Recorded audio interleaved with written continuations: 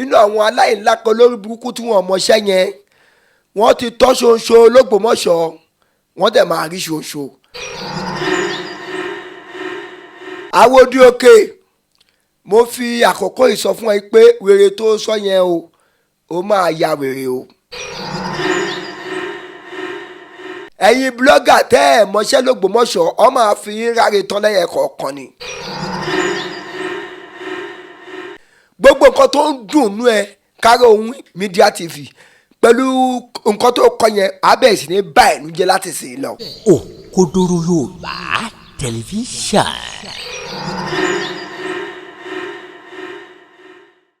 ẹ káàárọ̀ ẹ káàsán ẹ kálẹ́ ní ibi gbogbo tí ẹ ti ń wò wá ìkànnì Òkodoro Yorùbá tẹlifíṣàn ibẹ̀ gangan náà ni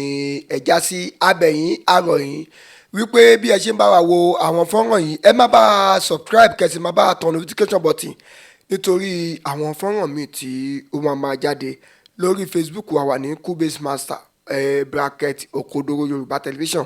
lórí TikTok Òkodoro Yorùbá television lórí Instagram Òkodoro Yorùbá television lórí YouTube wa Òkodoro Yorùbá television ẹ má bá wa like o ẹ bá wa comment ẹ ní ṣe lásán ojú tẹ fún wa kò ní fọ́ etí tẹ fún gbọ́ wa kò ní di ẹ ṣeun bí ẹ ṣe ń tẹ̀lé wa ẹ̀yin wa ṣe mọ̀ pé lórí ìkànnì wa yìí àti pé pàápàá àwa tí à ń tẹ̀lé ọ̀gá wa ìmáàmù Ògbómọ̀ṣọ́ Shehu Yunusa Lara the second kọ́lọ́run bá kó bá a lọ́ra ẹ̀mí ìmáàmù wa náà wàhálà àti ìdààmú kò ní borí ẹ̀mí wọn. ẹ ṣe mọ̀ pé àwọn ò máa ń dédé jáde síta ká kọ́ sọ̀rọ̀ tàbí ká sọ̀rọ̀ kan tó yẹ pé kò ní fat tàbí ká kọ̀ bọ̀ síta ká kọ̀ máa yẹ̀yẹ́ èèyàn lásán ká má ní fat lọ́wọ́ àwọn kì í ṣe irú ẹ̀ nítorí pé àwọn dìdìrín kan tó jẹ́ àwọn blogger ọ̀gá wa náà nú púpọ̀ ni ọ̀gá wa náà nú púpọ̀ àwọn dìdìrín yẹn níṣẹ́ ló jẹ́ kí wọ́n fi aṣọ péńpé roko ọba nítorí pé kékeré kọ́ ni ọ̀rọ̀ ìbáni ní orúkọ jẹ́ ṣùgbọ́n torí pé ẹ̀dá tí Ọlọ́run dá ọ̀gá wa ó ní agbára púpọ̀ ni Ọlọ́run á túbọ̀ máa wà pẹ̀lú wọn ṣùgbọ́n ọkàn tó jẹ́ kí n jáde lénìí ni pé àwọn blọ́gà kan ní Ògbómọ̀ṣọ́ wọ́n ti tọ́ ṣonṣo wọ́n dẹ̀ máa rí ṣonṣo. inú àwọn blọ́gà olórí burúkú yìí tẹ́ máa ń gbéṣẹ́ fún l'Ógbómọ̀ṣọ́ tó jẹ́ àwọn olórí burúkú ẹ̀dá blọ́gà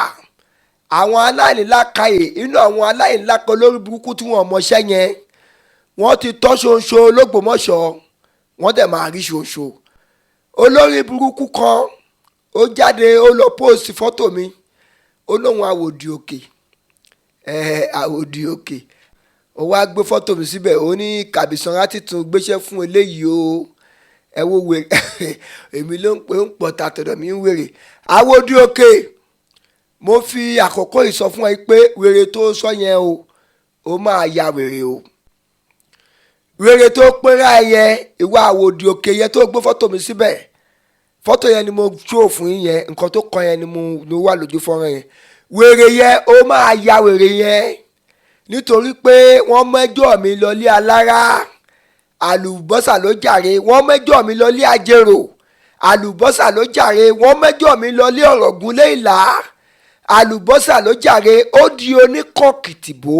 tábàgbẹ́lẹ̀ a máa kọ̀kìtìbó ni ó ṣọmọdé ó ṣàgbà ó ṣọkùnrin ó ṣobìnrin ló mẹ́jọ́ mi lọlé babaláwo tàbí tó mi fọ́tò mi lọlé babaláwo kí babaláwo kó máa kú kẹ́ni tó mẹ́jọ́ mi lọ sílé babaláwo kó máa rọrùn kí ọmọ ẹ̀ méje kó kú tẹ̀lé wọn kí gbogbo wọn wá jẹ́ mẹ́sàn-án ó di oníkọ̀kìtìbó nítorí pé tóbìnrin tó bá fẹ́ bímọ ó máa yàtọ̀ ni ó di oníkọ̀kìtìbó tó àwòdì òkè bó o ṣe sọ yẹn bó o ṣe kọ sórí caption yẹn ó máa ya wèrè yẹn kọ́dún yìí tó parí ó máa ya wèrè kọ́dún yìí tó parí lágbọ́rọ̀ lọ́wọ́ bá wèrè tó pẹ́rẹ́ yẹn ó máa yá ṣé wá tí wàá rí olórí burúkú kọ́nù yìí tó ń pè ní Karohunwi Media TV yẹn ó wá la gbé fọ́tò Kàbísọ́lá síbẹ̀ ó ní ẹ dákun kí ni ọ̀rọ̀ ọmọ ìran kíran ìtọ́sí ṣé èpè ni àbí àdúrà? Mo wá láìkẹ́ wọn tó fèsì sí abẹ́ comment section yẹn, wọ́n ní àdúrà ni. Karohunwi Media TV orí ẹ̀rọ àgàjìràgàjì bẹ́ẹ̀ pọ̀n àgbò yẹn iṣẹ́ láti ẹ̀ lérè kó tó gbórí bá ṣe gbórin tó lọ́pọ̀lọ́ ṣe máa wà bẹ́ẹ̀ orí ẹ̀ gbórin ó tún wá gùn lọ sókè. Ọlọ́run dáríjì wá tó bá jẹ́ pẹ́ṣẹ̀ ni o. Karohunwi ló jẹ́ Karohun láwòfín tá a fi ń bu bẹ́ẹ̀ orí ẹ̀ kọ́ gbórin dànù ni o ò ní làákàyè. Ṣé wo ò mọ̀ pé Kàbísọ́ra ló jẹ́ kójú yín là l'Ògbómọ̀ṣọ́ ló jẹ́ kẹ́ ẹ mọ̀ wípé o ti tọ́rẹ̀ irọ́ lélẹ́yìí òun ló jẹ́ ká mọ̀ pé irọ́ pátápátá òun làwọn Ṣùbẹ́rù lọ́ba níkà ló ń pa òun làwọn Parakoyi ló ń pa òun làwọn Jímọ̀kọlà ló ń pa òun làwọn àárẹ̀ àgò òun ló ń pa ẹ wà nílà káyè ẹni tó yẹ kẹ́ ẹ máa póòsì fọ́tò ẹ̀ kàkà kẹ́ ẹ máa ṣe pé ẹ máa ṣàdúrà fọmọ yo òun ló jẹ́ ká sì rí àwọn olórí burúkú ọlọ́tẹ̀ kó tú l'Ògbómọ̀ṣọ́. Ó wá ń kọ síbẹ̀ pé kí ni ọ̀rọ̀ ọmọ ìtọ́sí ṣé èpè ni àbí àdúrà? Kọ́kọ́ tí mo fẹ́ jẹ́ kó yé ni pé àwọn àgbàlagbà ní ọ̀rọ̀ èèyàn bá tọ́ sí èpè tó bá ń ṣàdúrà fún kò síbẹ̀ ṣe lè ṣàdúrà fún tó èpè ló má máa jà. Tọ́rọ̀ èèyàn bá tẹ̀ tọ́ sí àdúrà tẹ́ ẹ bá ń ṣépè fún àdúrà ló má máa jẹ́. Mo wá fún ẹ ṣáàsì nísìnyí gbogbo èpè gbogbo olúgbòhùn gbogbo àfọ̀ṣẹ́tẹ̀ náà ṣe yẹn lọ́gbé síta kó bẹ̀rẹ̀ sí ní ṣépè kí wọ́n máa ṣépè fún Kàbísọ́ra tí èpè yẹn bá tún láàrẹ̀ láàrin ìṣẹ́jú kan sí kejì kó pè mí lọ́mọ àlè kò ní dá fún ẹ kò ní dá fún gbogbo òun ẹ kò ní dá fún gbogbo ẹbí ẹ kò ní yẹ gbogbo nǹkan tó ń dùn nú ẹ Karohunwi Media TV pẹ̀lú nǹkan tó kọ yẹn abẹ́ sì ní bá ẹ̀nu jẹ́ láti sìn lọ. Ó wá kú kọ́nù yín olórí burúkú tó gbẹ̀yìn ẹ̀yin blọ́gà tẹ́ ẹ̀ mọṣẹ́ l'Ògbómọ̀ṣọ́ ọ máa fi yín ráre tán lẹ́yìn kọ̀ọ̀kan ni. Abíọ́dún Adékúnlé ìwọ́n tiẹ̀ o ti ṣì sọ defamation of character ni òun ló pe ọ̀gá wa yẹn òun mò ń ṣòfin lójú fọ́nrán yẹn kẹ́ máa wò ó bá ọ̀gá wa lórúkọ jẹ́ mo bẹ́ẹ̀ screenshot ẹ ni ó lè ti lọ́ọ́ delete ẹ̀ mo bẹ́ẹ̀ screenshot pẹ̀lú fọ́tò ẹ̀ ó yẹ jẹ́ pé gbogbo ẹ̀yin tẹ́ fẹ́ dàgbà l'Ògbómọ̀ṣọ́ ẹ̀ ní làákàyè ṣé full of forty yìí kó o fẹ́ fún pàrọ̀tà ni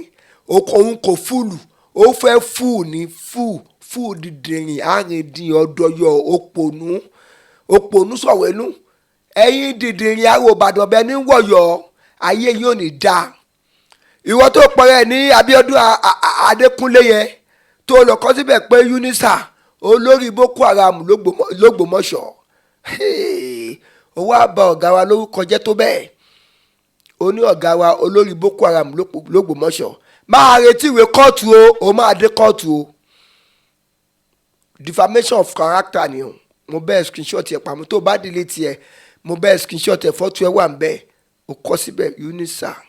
olórí Boko Haram l'Ògbómọ̀ṣọ́ ó máa ṣẹ̀wọ̀n ìwọ Abíọ́dún Adékúnlé yẹn Abíọ́dún Adékúnlé l'Ògbómọ̀ṣọ́ ó máa ṣẹ̀wọ̀n pẹ̀lú orúkọ pẹ̀lú caption Abíọ́dún Adékúnlé l'Ògbómọ̀ṣọ́ ó máa ṣẹ̀wọ̀n pẹ̀lú caption tó kọ yí pé Unisa olórí Boko Haram l'Ògbómọ̀ṣọ́ ó máa ṣẹ̀wọ̀n o kò sí nǹkan tó fẹ́ ṣe sí o torí pé ọ̀gá wa lórúkọ jẹ́ yẹn ó máa ṣẹ̀wọ̀n tó bá tẹ̀wá mọ́ pé ó ṣẹ̀wọ̀n lọ́ máa tó 500 million naira jọ owó ìbanilórúkọ jẹ́ tí ìran kírun ẹ bá ti máa rí 500 million naira ó ní ṣẹ̀wọ̀n o bọ́ tó bá ti rí 500 million naira ó máa ṣẹ̀wọ̀n o ìwọ tó pèrè Abíọ́dún Adékúnlé yẹn ó máa ṣẹ̀wọ̀n o pẹ̀lú nǹkan tó kọ yẹn o wàláì tàláì sùmọ́bíláì làsílẹ̀ wà ó máa ṣẹ̀wọ̀n Abíọ́dún Adékúnlé orí yín tí ò máa ń pé yẹn tí wọ́n bá gbéṣẹ́ fún yín ẹ ò ní ronú